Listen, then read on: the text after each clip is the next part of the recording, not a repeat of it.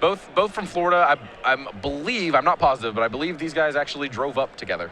Okay, so presumably this is a matchup they both have played before. You see Logan's on Mono Blue Devotion, Steven's on Jund Monsters. Typically a matchup that's favored Mono Blue, but we have seen Steven Mann defeat these odds already once today. We'll see if he can do it again. Yeah, for sure. Yeah, I mean, Steven Mann has been playing this deck for a good long while. He knows what he's doing. Having said that, Logan Mize no Slash himself. And very much experienced with Mono Blue Devotion in his own right. A little bit of reprieve, no 1-drop for Logan there. Steven actually gets the first creature on the table. It's Elvish Mystic, but Logan gets to follow up here with Frostburn Weird. Yeah, this man gets to stick his Elvish Mystic and gets to keep it untapped. Yeah, so in this matchup, you would assume that these players know like what each other's playing before they start playing. Oh, yeah, absolutely. So I'm wondering, I'm looking at Logan's hand, looks like he's kept his hand based on the strength of Master of Waves, which seems pretty reasonable. In this matchup, there actually are not too many ways that Steven Mann has that can deal with Master of Waves. You know, his removal are Mizium Mortars and Dreadbore. Yeah, basically nothing except for Pulachronos. Right. With Pulachronos, it's an answer. It works. It does work. But you've got to get it out kind of ahead of schedule. Yeah, it's like you need it and you need it now, because if you don't, the punishment's pretty big. Yeah, well, in a sense, not only do you need it, you need it before the Master Waves even hits. Because if Master Waves comes down, it's going to be very rare that you have enough mana to play it and activate it for one. Right. We see a swing with Frostburn Weird from Logan. He's going to then play a post-combat Cloudfin Raptor and a Mutavault. So I said kind of an awkward opening for him, but it looks like he has he has a Master Waves and at least one Bident in his hand. He may have that awkward second Bident. Yeah, so it has the power cards. Does he have a fourth land? I don't know if he has the fourth land. That's going to be another kind of bottleneck that he's going to have to overcome. So Steven Mann with the tapped land, so not going to get into the power 4-drops. One more turn of development before the hitters start coming in. Yeah. Those temples, they do have a price. Yeah. A little bit of an interesting note on the deck construction from Logan Mize. Going a little bit off the path from Mono Blue, as much as I suppose you can with a deck like this. Yeah. Not running the Nykthos at all, and as a result, not running any Cyclonic Rifts. For his kind of 8 flexible slots in the deck, he's gone with a full set of rapid hybridizations, and then double Bident and 2 domestications. So I feel like it's more rapids than you normally see, and 2 Bidents we haven't actually seen for a while in the main of these style decks. Yeah. I think that cutting the Nykthos is... that's something that has made sense to me for a long time in these decks. These decks mulligan because of Mutavault a lot. They are very blue mana intensive. So I have not trusted Nykthos in Mono Blue Devotions from day one, honestly. I love playing Nykthos in the deck, and that's not for competitive reasons. That's just because I like it when everything comes together and you just get to make sweet plays. Sure, a combo player at heart. Yeah. I can see that. I like, nothing like just casting your entire hand all in one turn. We do see he Dreadbores away at the Frostburn Weird, leaving Logan with just a 0-1 flyer, and Steven swings in. So gets to make use of his mana at the very least. Yeah. And yeah, as we mentioned, those Dreadbores not so effective against Master of Waves, so. Pretty huge brick here for Logan. He did not hit his 4th land. His hand isn't even helping. It's 2 Night Veil Specters, 2 Bidents, and a Master of Waves. The entire thing is uncastable.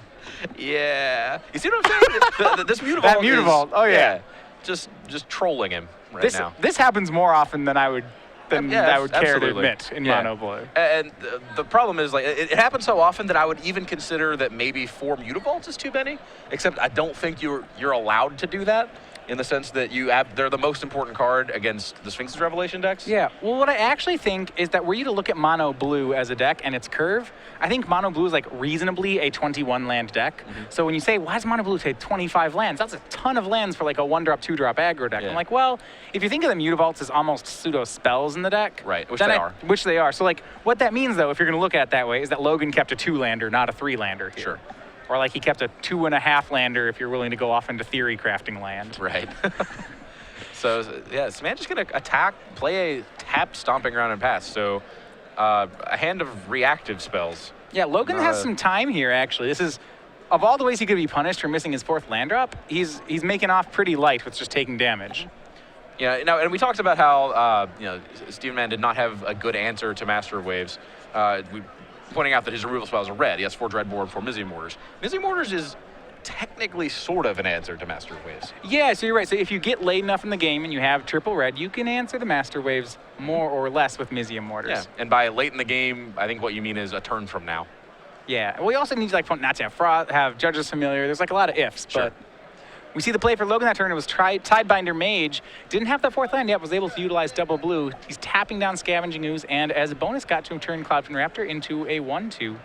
And there you go. Yeah, not going to keep any of them.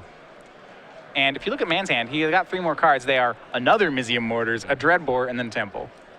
Yeah, like I said, a lot of reactivity and enough pressure. Scavenging Ooze it's a 3/3 now. It's going to get bigger. We just killed some animals. Right. Logan once again misses the 4th land. He does draw Rapid Hybridization, which means he'll get to fog that Ooze for a turn. Yeah. And because of what you said with all these things that are dead, he's probably going to have to do something like that. Yeah, Logan just stoic as ever. He's like, okay, attack you for 2. Go. Draw for turn from Steven was Elvish Mystic. So I still feel like Logan's lucking out a bit here that Steven's not just doing something like Nissa, make a 4/4. Yeah, definitely. Steven has so many plays that will just close this out completely right now. Yeah, instead his play is swing both creatures, eat the entire graveyard, make Ooze a 5/5, and there you go. It's no longer an Ooze, but a Frog Lizard. It's still the biggest creature on the table. Yeah, actually, still of reasonable size here. Yeah. And so Logan going to fall to 12. It's like comfortable. Yeah, not so bad. But I mean, he's still several turns away from being in it again. Yeah, the big problem is that when he starts playing things, Steven's just going to kill them all as he plays them. And so what Logan has to do to get around that is he has to just like play out like Master of Waves as 2 creatures. Like it's not clear that even once he hits the lands that Logan can do anything of note. Yeah, and Steven Mann kept on top with his Temple of Abandon, which is bad news for Logan. Logan with the draw, still not land. I think it was another Master of Waves. Okay, sure. I think this has just like getting comical. Powerful spells, a full house, or 3 pairs. Okay. It might be a Tidebinder. I'm not positive. Maybe he has a play here. Tidebinder is the nut here. All right, there we go. Tidebinder. Yeah, okay. It just stabilizes the board. Locks down Frog Lizard. Yeah, Tidebinder's fine.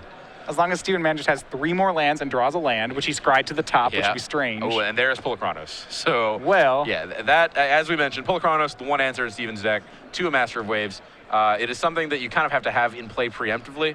Because, of course, if Logan sees a Polachronos sitting in play and wait, then you can't just jam Master Waves into it. You've got to find your Rapid Hybridization first. Maybe you can't, but either way, Steven Mann has it now. Yeah, well, he's up so many land drops that just gets to bully here. Uses 2 mana to Dreadbore away. The Tidebinder Mage uses 4 more to play Polachronos, swings 2 Elvish Mystics.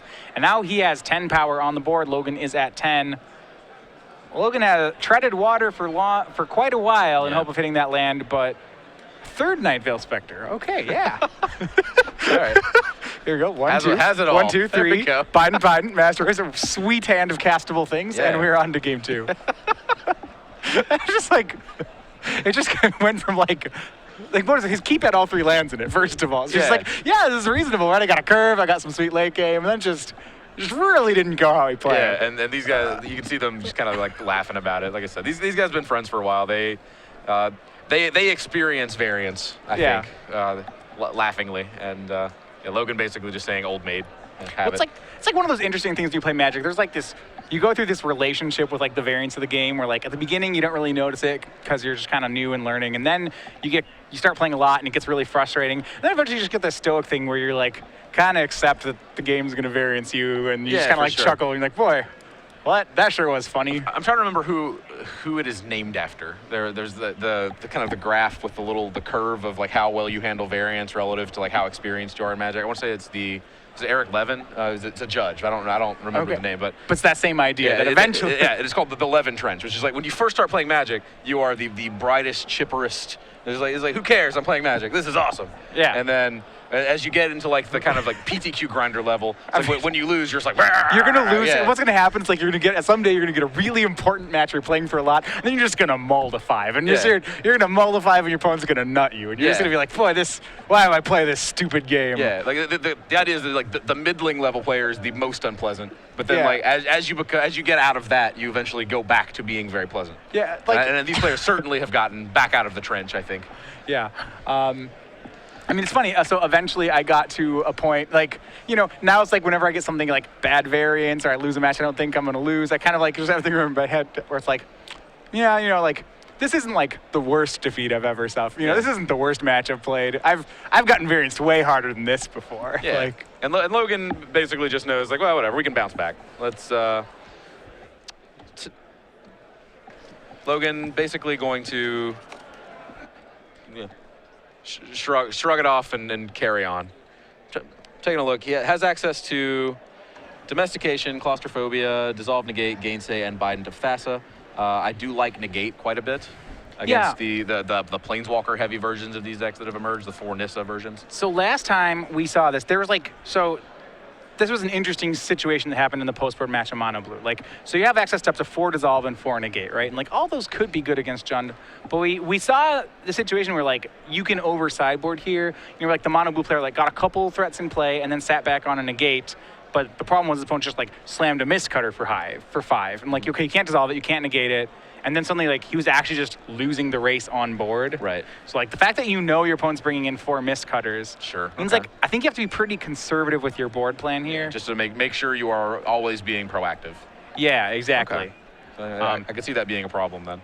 Things I like, I wonder, I don't know. I've always been up in the air on whether or not I like cards like Domestication in this matchup. I like Stealing Corsair Crucifix, but that might be because I'm way too in love with card advantage. What are your thoughts on that card in this matchup? So yeah, if I'm Sman, I would board out the Corsairs, but that's just because I wouldn't have played them in the first place, I don't think. Okay, so what if I steal your Rabble Master that you would have been playing in that slot with Domestication? Yeah, that's a blowout. I don't know what to do about that. Yeah, that's really good. I mean, no, I love Domestication here. Even when it doesn't get your marquee domesticatable, even when it doesn't get the 3-drop, being able to get Elvis Mystic is big. Being able to get Scavenging Ooze is big. Even if all you're taking is a Satyr from Xenagos, you're buying a chump block against a Mistcutter too, which is a pretty big deal. And that's one of the things, the fact that you can steal their green things and throw them in front of Mistcutters, while that seems really corner case, actually comes up more than I would think. Yeah, I remember back around the time of Approach with Theros in Dublin. I was jamming these Mistcutter Hydras. Mono Blue had first kind of become a thing, and I'm like, yeah, whatever. We have Mistcutter Hydra. What are they gonna do? Then, flukest of fluke outcomes, he somehow ended up with a green blocker. I don't know how he did it, but he did it. He just hit it off, hit it off Night Veil, hit some forests, played your green cards. Next game, did it again. Next game, domesticated my green thing. Next thing, rapid hybridization his own guys. Why does this keep happening?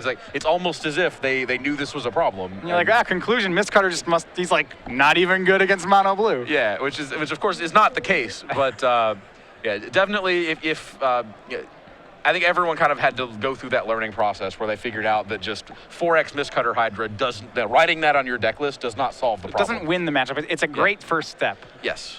It is a game plan, but it is one that, it is not foolproof, and you do have to sculpt it to some degree. And looking at mulligans, it looks like Logan is keeping, and man, Steven mulliganed there. Yeah, that was the old psych out. I think Steven had a hand that was 1 green mana source away from being very playable. Looked like it had all the cards. The difficulty is it had all the cards you want in this matchup, and then I think it was a red-black land and a Mutavault. Well, oh gosh, can I keep this? I have a Caryatid and a Mystic and a Mortars and a Pelucranos. Well, these are great, but I sure would hate to lose before I get to play a game of Magic. Yeah, and he is on the draw. He does get to take that 1 extra peek in his draw step to find out if he gets to play Magic. But I think the real problem here is that this is a ramp deck at heart. Yeah, absolutely. And just getting to make your land drops is when that's the best case is I get to play my lands and then cast some spells on on time, quote unquote. That's not good enough. I think you have to mulligan to Mystic and Caryatid. Maybe not in the matchup, but in the dark, those are the best cards in your opening hand. Usually. I mean, in general, this deck, if you have draws that don't have Mystic or Caryatid in them, they feel pretty bad. Yeah. If you have draws with Corsair Crucifix, they feel bad too. I'm not a fan of that card. How do you not like that card? The card's, man. Think of all the life gain, how the blocking you can do, and all the extra cards you can get. I mean, it's like green, right? But it's doing a lot of good things. Yeah, sort of. It blocks okay. I'll give you that. And I think this is another 1-lander. Yeah. I don't think it's any better of a hand, but the question is, do you keep it at 6? On the draw again, so and you do get that, you get the scry in addition to the extra draw steps. So this one looks like he has a red-green land in it, so that part's really good because it's the right colors. The one problem with it is I don't think there's a second one. No, there was not a second one, and I don't think there's actually a Caryatid either. So even if you hit the land, you get to play, but you're not great. Yep. And I think that, to me, that line is why you send it back, right? Yeah, for sure. If it's got the Caryatid in it, if it's got the good cards in it, then maybe you keep the 1-lander, but. Yep. if your best case scenario is I get to play a mediocre game of Magic, like that might not. Maybe you have no winning draws. Yeah. He took a peek. It looks like there was land spell land. It's like land, magma spray, land. Yeah. That's one of the the great debates of Magic is when you take a peek after you mulligan, is that just should you be ashamed of yourself for doing that? Should you always do it? Does it matter? What's your take? What do you do? I'm of the PV school here, which is you should always look, but just treat it as a method of data collection. Yes. If you always look, then over time you start to detect a trend. So it's not about what would have happened this game. It's about what happens, mathematically in all the games. Right, and I think I'm pretty much in the same camp. I play Magic pretty analytically, and it's like, okay, I would say more information is always better than less. But if you don't trust yourself to be emotionally stoic to that information, it's very little information, so you probably should just not do it. Yeah, and I think if it could tilt you, just don't. Yeah, the big argument there is that there's likely not enough information, but I think the reality that a lot of people don't appreciate is that you just don't get a lot of information a lot of the time. You're kind of playing by feel more than most people are comfortable with. All right, game is underway. Logan started off on the play with no 1-drop. Steven did have the Elvish Mystic, which Logan tapped down with Tidebinder Mage, but Steven, with help of Dreadbore, was able to rescue his mana source. He has Gorklan Rampager even to ramp into next turn, so we'll see. For a Mull to 5, he's got a lot going on. We'll see what Logan gets to do, though. What kind of threat he's going to prevent. Steven is threatening with his hand. There's I got 2 cards. They're coming. They're good. Is it 2 or 3 left? It's 3. Yeah. He's on the draw.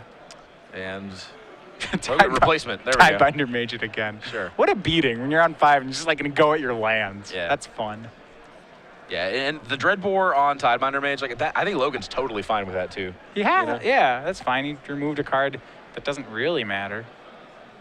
He got to play Mutavault that turn. You see a Scryland from Mann. His remaining cards are a Gorklan Rampager, a Mizium Mortars, and a Stomping Ground. We'll see.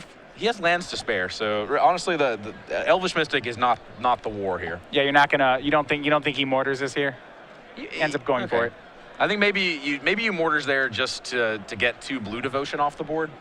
And just keep you remove a clock to some degree. Logan still has Mutavault, but he's likely going to want to cast spells. Yep. So I think Mortars is fine, but yeah, you're not super excited to unlock your Elvish Mystic there.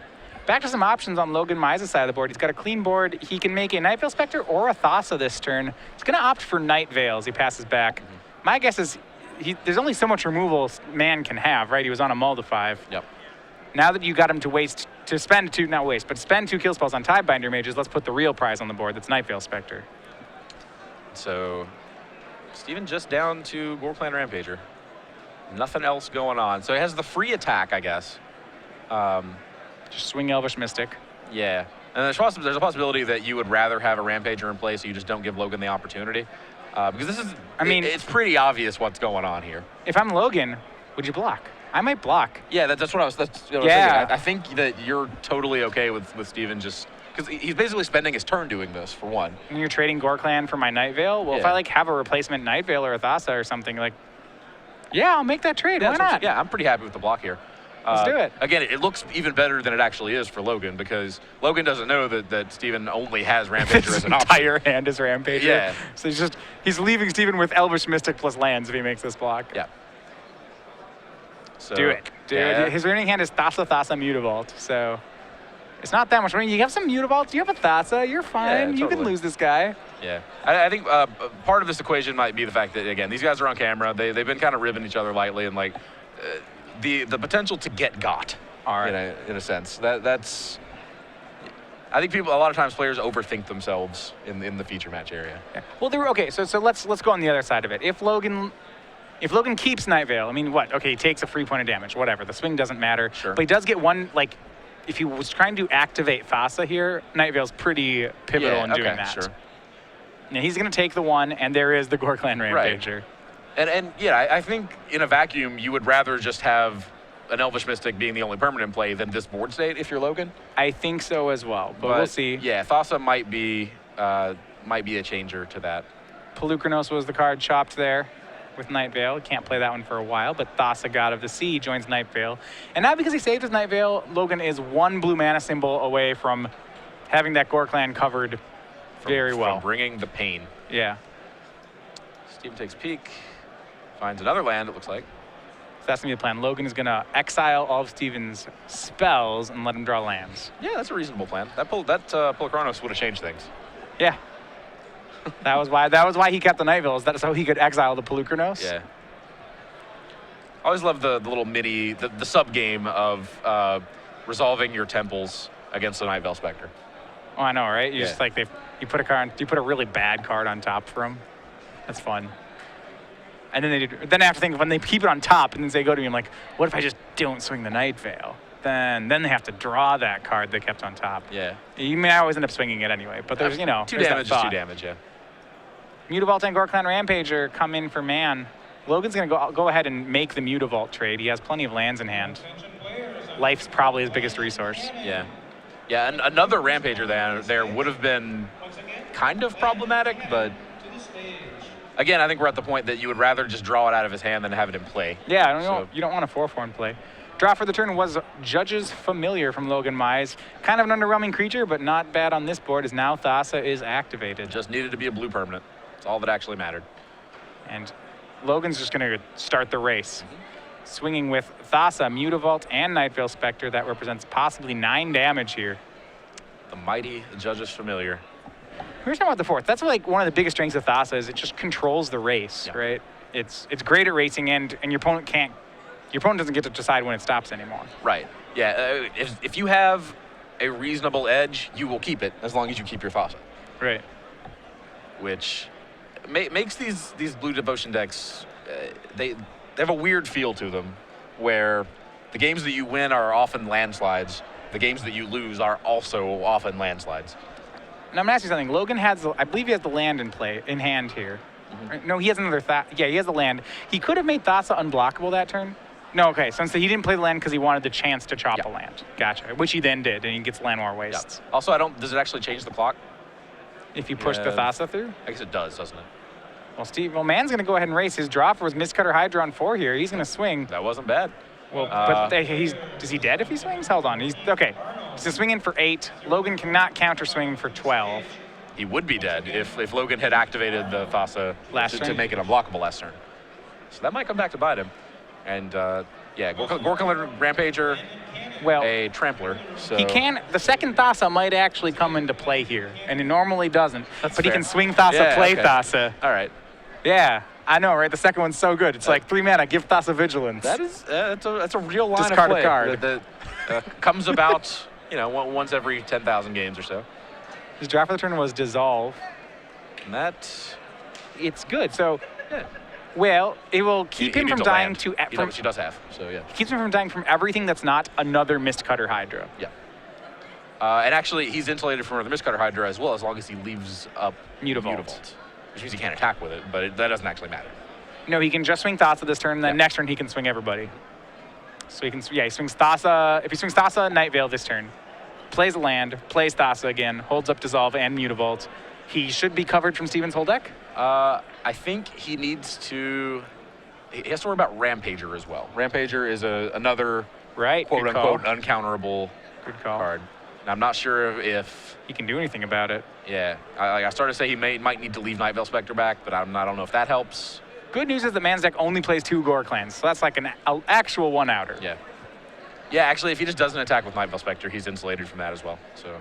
Or no, he's not, because of the he can play it on the Mistcutter, so never mind. Yeah. And he's going to make that play, leaves up the Dissolve and the Mutavault. Steven Mann, as far as you can tell, he's on a one-outer here, needs to draw the 1 of Gorklan Rampager. Can he do it?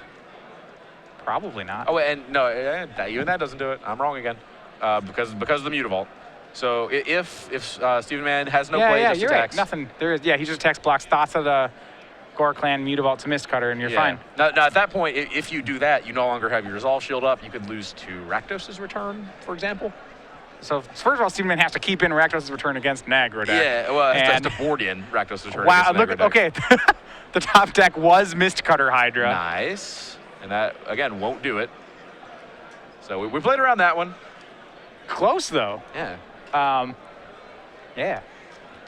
if the order of those, like, Night Veil chops, Night Veil activations, and then the actual draws of Steven Mann, if you switch a couple of those, Mann actually steals that game. Yeah, definitely. That's the power of Mistcutter Hydra.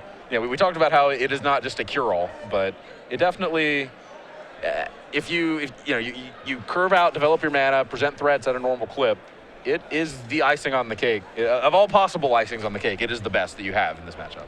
All right, well, these players are sideboarding for Game 3. We're going to talk a little bit about something that started at the beginning of September, so still pretty new. This is SCG Game Night. We talked about this a little bit like at the last Invitational, how this was coming up, but this is now actually going on. So if you're wondering what this is or you haven't heard about this, this is a chance to, at your local store, to go ahead and play Star City Games Game Night, which would be any format tournament that is run at your store, and it is run where winners get these pins, as you see these beautiful squirrel pin over on the left side of the screen. Yep. Squirrel tokens given away at each game night. It's a fun and friendly event at stores. Every week there are 8 foils and 2 pins given each week. Every month we'll switch which pin and foil they are on. Right now we're going to do the original creature squirrel collection, and we're going to feature different creature collections in each month. So if it sounds like fun, store owners can obviously sign up for this, and they do that by calling in for SCG's in-store programs representative, or they can just email gamenight@starcitygames.com to go ahead and get started. And feel free to ask your local store about it and get this started. Absolutely. I'm relieved that this program is finally taken off, because when we first started wearing those pins during the broadcast, people they'd keep coming up to me like, I see these pins all the time. Those are so cute. How do I get them? Great. And I would be like, well, it's weird. You can't. You kind of can. You go to an IQ and hope it's a door prize. I don't know. Like we would send one to the IQ to be given out at the TO's discretion. So Right. there wasn't like a clean answer for how you get one, but now there is. Game night. Go to Game Night, which is ideal. There should always be a clean way to get sweet squirrel pins. Yeah, and remember, you can still sign up for November game nights. Those are still going on. So if you sign up now, you will get to start in November. Yeah, we have to get it a month in advance. So yeah, talk to your store now, starting in November. Yep. And we can get that thing off the ground. All right, players are going back to sideboard. It looks like Logan's actually re-sideboarding here, which I'm guessing like it's not his first time through the matchup. He's got some play-draw sideboard plans going on. Possibly. You saw him actually kind of like rifling through his sideboard and then kind of pausing, saying, nah, not that one. Maybe not. We're good. the actual shake your head no. I mean, there's likely a stock sideboard for the matchup, sideboard plan. There's likely a stock plan on the play and plan on the draw. Yep. And then I think that there's maybe some kind of feinting involved here. One thing I could see is he has and his sideboard's pretty interesting that he has 4 dissolve, 4 negate in it. And we saw it dissolves that last matchup because he had one in his hand at the end. I could see when you're on the draw, because your opponent's can be faster, changing some or all of those dissolves into negates. Just like wanting to be, thinking that like, hey, I'm going to be on the back foot a little bit because he's going to throw some mana accelerants at me. I need to be able to play creatures and hold up a counterspell, not do one or the other. Maybe negate's better at doing that if you want to keep playing. Yeah, the other possibility is he has a dissolve against running Mistcutter Hydras in game 2 and just kind of... I was like, this dissolve thing wasn't working out so well. This was not what I had in mind when I brought this card in. I mentioned Logan's been playing this deck. I want to say all season. I don't know. I guess I'm not actually sure for the entirety of it, but he's playing it for a while. I know I saw him playing it at the Invitational in Columbus. So this is not his first rodeo with Mono Blue Devotion by any means. So that feels like something that he would have encountered by now. Like, he would know, like, yeah, I want it. Maybe I don't. Maybe he's kind of reconsidering how many he wants. Yeah. I mean, I'll go and say I know there's a lot of people who are like of the sideboarding on the fly camp. And a lot of very good players I know who do that. Yeah, definitely. I've always been on the I show up with a notebook with all my sideboarding plans in it level of the side of the field. Right. I like, okay, well, I played to this matchup. I played 10 games of this on Tuesday, and on Tuesday I determined this was the board plan I wanted, so that's my board plan. Yeah. But I think there's a lot of intuitive nature to this one going on, and if you are maybe you're adapting to a card you didn't expect but suddenly played against. Yeah, I think that there's a very good argument for leaving your sideboarding plans to the individual level, and not only because you may say like, well, this is how I board against Jund monsters, but you did not anticipate a Jund monsters deck that has Guild in the sideboard, for example, as Stephen Mann does. Right. Now that's not a card that I think particularly matters one way or another in this matchup. It's just a weird card that you don't normally see. Yeah. And like that, maybe not Guild, but like everybody's gonna have a weird card or two. Right. somewhere. And then particularly not in to their say, like, sideboards. if I show up with a notebook that I'm not going to, like, nope, this is my plan, can't change Yeah. from it. You know, Right. if I see a card that I didn't expect, yeah, I'll switch it up. Yeah. So like, you want to be prepared for whatever you see, not just in terms of cards that exist, but also plays that might exist. I like the one of Thoughtseize in Stephen Mann's board. 0 in the main, 1 in the board. Yeah, why not? Good I mean, it's a good card. I'm not going to say, like... That's what I'm saying. It's a good card. You should play it, yeah. It's good against people with spells in their hand. Yeah. The Guild is in the spot where you'd normally see a Putrefy. It looks like what he's doing is he just switched, Putrefy's the big but pretty unconditional kill spell. It looks like you can either worry about artifacts or you can worry about indestructible creatures. Yeah, and I think Guild Exiles, right? So that's the... Guild hits gods. That's the draw, all right. You can encase a god in gold. You can't kill Sure. it, but you can Midas it or King Makar it. So that's our Midas of the set. All right. Anyway, Stephen Mann starts the game on Stomping Ground and then a Temple. No plays on the first 2 turns, it looks like. Logan, however, starts with Judge's Familiar, so it's with the champagne of 1-drops. just The mighty Judge's Familiar. 2-time Pro Tour champion Judge's I know. Familiar.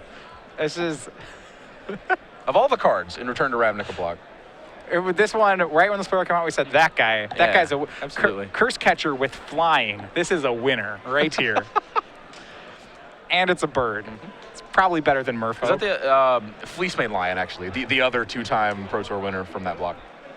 Craig Wesco and Chapin. Wesco won. Oh, it is in Chapin's deck too, Yeah. isn't it? Yeah. So it was Judge Familiar into Frostburn Weird for Logan Mize, curving out pretty perfectly so far. We'll see if he can keep it up. Courser of Crufix is the play from Mann. Yeah, I've mentioned a few times so far this round, I'm just not a huge fan of this card. Hey, if you'd played Rebel Master, your token just would have killed itself this turn. No, you play it post-combat. Okay. There's no token, you're good. All right. The all post-combat Rebel Master, the best kind. Yeah, exactly. We do see in Logan's hand, looks like a pair of rapid hybridizations along with some islands. He's got a lot of enablers. It's a pretty good hand right now. Control elements, enablers. I think it's 2 islands, 2 mutavaults, 2 rapids, though. I don't know if he has any of the heavy hitters right now. Okay, Yeah. Looks like just willing to trade off. Doesn't want Stephen Mann, gaining 1, potentially drawing a card. I mean, if you're Man, you just have to be thrilled about what just happened Yeah, here. I think His so. turn 3 play wasn't Night Veil, it wasn't Thassa, it was make my Frostburn trade with your Courser. It was tap out, phenomenal. Undevelop my board. Yeah, so now Pelucranos from Stephen Mann, and normally when I don't like Jund, when its first play is Courser, I'm usually not a very big fan of the deck, but I'm a fan of it this game. Yeah, Pelucranos, I sung the praises of Judge's Familiar.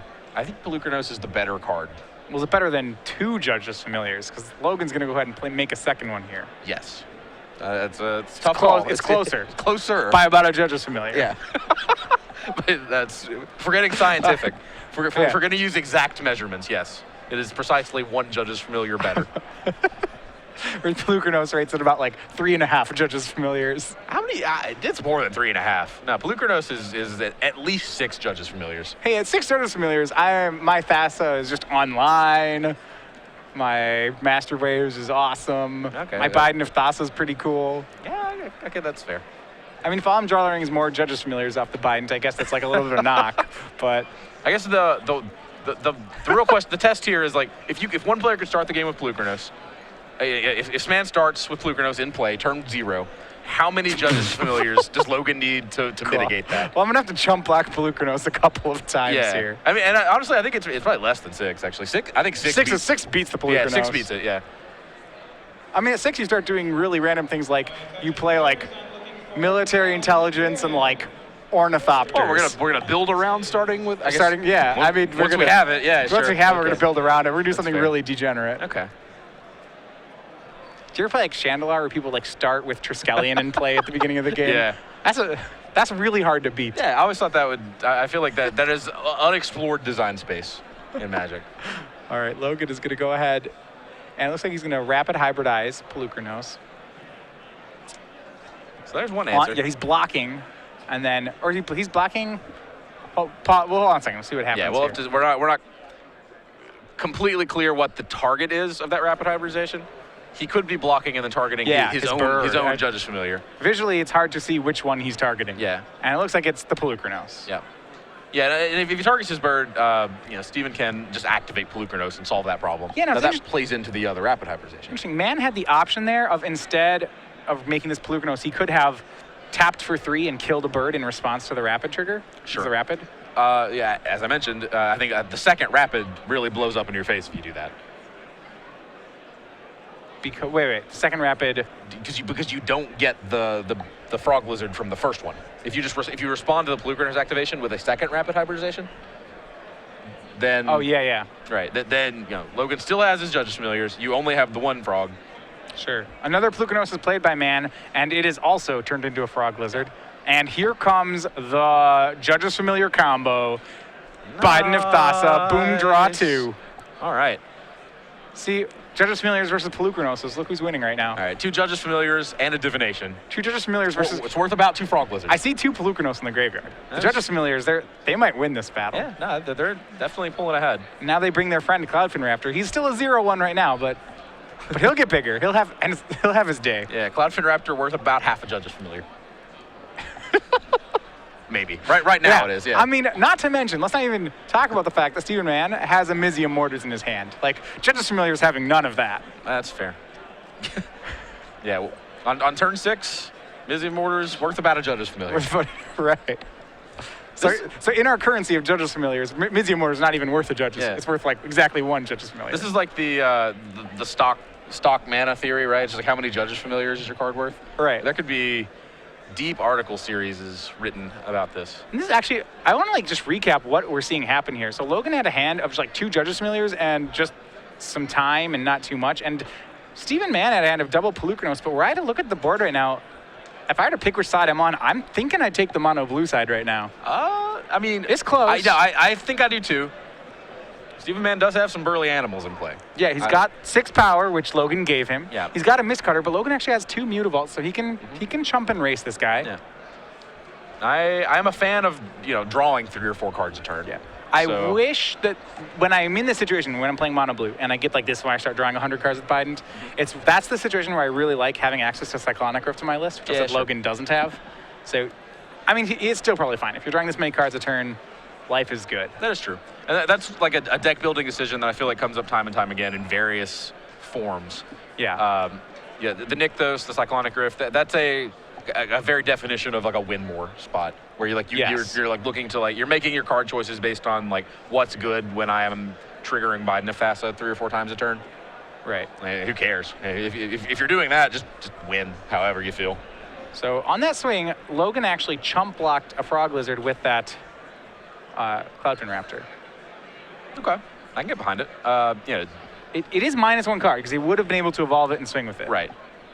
I think it's possible that Logan figures even just drawing 3 cards a turn, 2 here and then the 1 in his draw step, he is going to be able to stabilize and pull ahead given time. Right. He just needs a card like Master of Waves really to bring this home, or Thassa.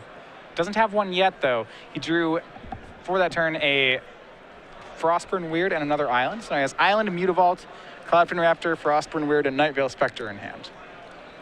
Okay. And so 2 lands, a 1-drop, a 1, a 2, and a 3-drop. Sure. But can only cast any 2 of those, I think. Yeah, he doesn't have enough blue mana to do though. He doesn't have 6 blue. Probably no need to play another Mutavault this turn. No. He probably, I imagine he wants to just play the 1 and the 3 and leave up some Mutavaults. Yeah, well, and if Steven starts, if he slams that Mistcutter Hydra and starts swinging in, those Mutavaults are going to become a scarce commodity very quickly. Yeah, those are real premium chump blockers. Mm-hmm. Yeah, he's going to take a lot of damage here, to be fair. So we see Cloudfin Raptor, that's the start of the turn. He can either go Mutavault, Frostburn, or he can play Nightveil. He's going to go with Frostburn Weird here and evolve it. Okay.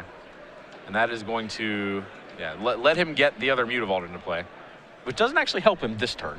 Right. That's why I was thinking he was going to make the other play. But there is something to be said, you just want to get Mutavaults into play. And maybe the 1/4 blocker is just a better one than the 2. It can block a Frog Lizard, whereas the Nightveil can't. Yeah. Which is pretty important. Maybe there's an argument that you might maybe want to swing with some of the Mutavaults. That seems like a stretch. And it also seems unlikely to actually happen, given the Sylvan Caryatid in play, the various Mutavault-sized or better blockers. All right, we see Mize Mortars on top of the deck. Mann here. Oh, he has enough lands to Mortars the board. Woo. And he can Mortars it through these Judge's Familiars. Okay. He's got 8 mana sources. That Mize I didn't realize he was that high on it. I knew he had lands. I didn't realize he had that many. Yeah, well, we didn't know about the land in hand, I guess, which that helps. Yeah, that Mize Mortars, that was worth about 30 Judge's Familiars, I think. It was worth 2 Judge's At least, Familiars. yeah, 2 and that we could however see. many Judge's Familiars a Cloudfin and Frostburn Reader I guess, yeah, it's not worth 3. If he has 3, then that's not a winning play at Probably all. like 4.5 Judge's Familiars worth of Mortars.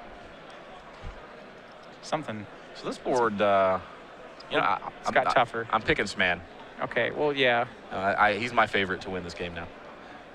I didn't realize he had so many lands. I thought we were safe from Mortars. I mean, he's got to draw. Okay, he's either drawing lands or he's drawing Haymakers. That's kind of what his deck does. Yeah, So, I like the casual. It's coming. It just flips it Yeah. over. Like likely they were talking about. Logan probably mentioned he knows the card, which he did. We saw it on top from the course of Prufix, but yeah, Mistcutter Hydra looming in Steven's hand could potentially cause a lot of problems here. Now, Steven has this weird spot that he's in where he would like to get aggressive now that he's cleared the board, but every attack that he makes is potentially an opportunity for Logan to draw more cards. I think he's throwing caution to the wind. Cards don't matter when life points are more important than cards at the end of the day. Here's 8 damage. Yeah, in order to attack with all 3 Mutavaults, Logan would have to tap out. That is, I mean, he's dead if he does that. Well, I mean, the problem is like Logan has to pay 2 mana to draw a card, right? One to activate Mutavault and swing it. Yeah. And then he's got to pay for whatever card he draws. Yep. And then he's got to pay to chump block that Mistcutter with Mutavaults. It's like, this is just too much mana. Logan can't do all these things. Yeah, and Tidebinder Mage off the top there for Logan, I believe. Good draw. Yeah, that's a good one. That definitely helps you stabilize. It is less good in the face of that Mize Mortars that we can see hanging out. Yeah, on so top of Steven's what deck. he can do is he can draw a card with 1 Mutavault. He can play Tidebinder Mage, tapping something, and then he can still activate a Mutavault to chump Mistcutter. So he's like, he can live, but it's not looking good. No. And his draw was Island. That also doesn't look good. Now, as you mentioned, I think that the card in mono blue devotion decks typically that gets you out of this situation is Cyclonic Rift, Right. which is Not in his list. yes a 0 of. Not to say that that's wrong. Like, this is not a scenario. The Biden thought first of all, like, Biden's only a 2 of, right? So Yeah. this isn't exactly a scenario that happens all that often because Biden's doesn't even happen all that often. So, Mize Mortars 2-hand from library. Magmus Ray coming right behind. Well, I may have to correct myself. I started saying that I thought this was a good matchup for Mono Blue. I said it before, and then right now Jund is 2-0 against Mono Blue on camera today. I mean, what you actually said was mono blue is probably a favorite, but Steven Mann is a wizard. All right, that's true. Those were your words. I said that you Something like that. Anyway. You can tell by his pointy hat that he is quite the wizard here. Yeah. I think that was what I said. Something like it. And yeah, as we've seen, this man very comfortable in the matchup, has drawn well generally, and certainly has leveraged the advantages he has found. Yeah, I mean, and it's like some things had to break his way, right? Like a game 1, Logan actually had a pretty good hand for the matchup, but just like that was the comical one where he ended up with like A lot of good spells. a lot of really good spells that he never He could cast. yeah. And here comes Mistcutter. It's for a lot. Yep. This is a lethal attack. Logan can throw some guys under the bus to take not quite lethal, but To take, okay, untap, draw a card, and then I scoop. correct. Yeah. And that's what he's going to do. Yep. It's Can fall to 1 here. going to chump the Mistcutter, trade with Mutavault, take 8. All right. Down to 1. Again, looking for that Cyclonic Rift. And it's Island. He doesn't find it. Still in his binder, unfortunately, so that's not going to help. So I would at least start by swinging both Mutavaults here. Yeah. Be like, hey, man, I might draw an out. Yeah. Maybe just 1 into the Carrington. Into the character, see if he sees it. Yeah, keep him honest. Oh, no, we're going to play Night Veil and pass the turn. Okay. Aetherize. That's what we're Let's see representing. if that one works. Ooh. Oh, that'd be pretty sweet. I played Aetherize at the Block Pro Tour. I played I did as well, but it was really not a good idea.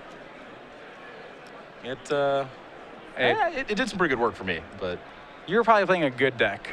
I mean, you did. Stretch. It's a I hear you stretch. did well at that Pro I Tour. did all right. I think I did that despite my deck, though, honestly.